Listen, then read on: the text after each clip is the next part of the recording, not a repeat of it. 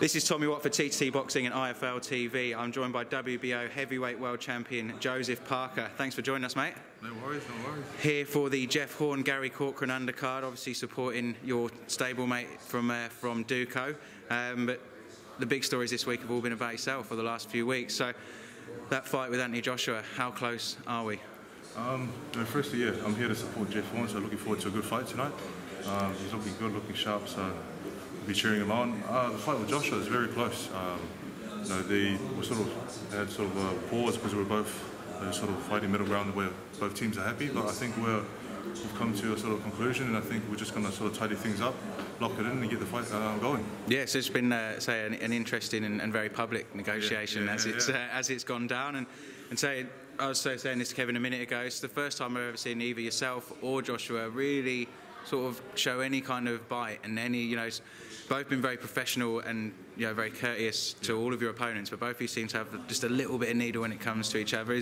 Are you feeling that yourself? I feel a little bit. I feel like I think as a champion, I sort of take pride in the WBO that I have, and he takes pride in the IBF and WBA. So we'll just give it a bit of banter. I think it's a bit of fun, but I've said many times I respect him as a fighter and I respect him as a champion, and I look forward to when we clash. I think it's going to be a great fight. Yeah, and from what you've seen from Joshua, you'll obviously have a game plan in mind already, and I'm sure yourself and Kevin will narrow that down as you get closer to the fight. But right now, how do you see the best way for yourself to beat Anthony Joshua?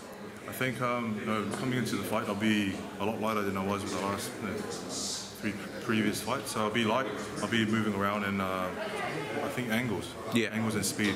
Joshua's a big guy with a lot of power, comes forward and chases you down, but I think if I give him angles and movement, it'll give him a bit of trouble. So that's what I'm looking to do. Yes, I think your most impressive performances have definitely come when, say, you have been at those lighter weights. So that's the plan for yourself and Kevin, is to say get back to that speed and that movement that say got you up to that world title. Sort of faded away from the movement and speed, but I think it was very important in the last fights that we've had. So I think it's time to get it back. Yeah, excellent. And so big news this morning around the division that Tyson Fury has now been allowed to fight again. Yeah. So I know he's obviously supported you and so he thinks you're going to win that Joshua fight. Yeah. What are your thoughts on him coming back into the division, and what do you think that means for the rest of it? I'm excited that he's back. I mean, he was a character. He brought a lot of interest into the heavyweight division. So, I mean, he's another great fighter. He beat Klitschko, and he didn't. No one beat him because he went off. Yeah. Off track. But I think now that he's back, it's going to be a lot more exciting, and there's going to be a lot more fights be made, and the heavyweight division is back. Yeah. So you've dealt with a Fury camp before. You've already fought a Fury.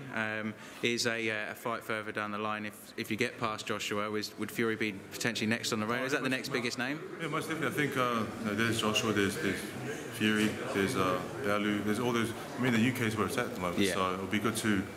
We've sort of established now with the Huey Fury fight, and then I think now it's just time to get there and have more fights. Yeah, absolutely. And the winner of Balu potentially?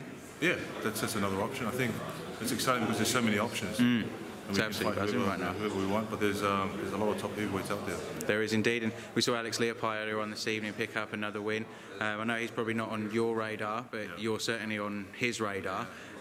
So if he picks up a couple of impressive wins sort of early next year, is there an Aussie trans-Tasman battle in the making there potentially? I think there's a possibility to fight any heavyweight. It just depends on sort of the deal and what both teams are happy with, and if you can make a deal that everyone's happy with, then the fight can go on with any fighter. Yeah, and I know as well there's been some negotiations with Lucas Browne in the background to the AJ fight.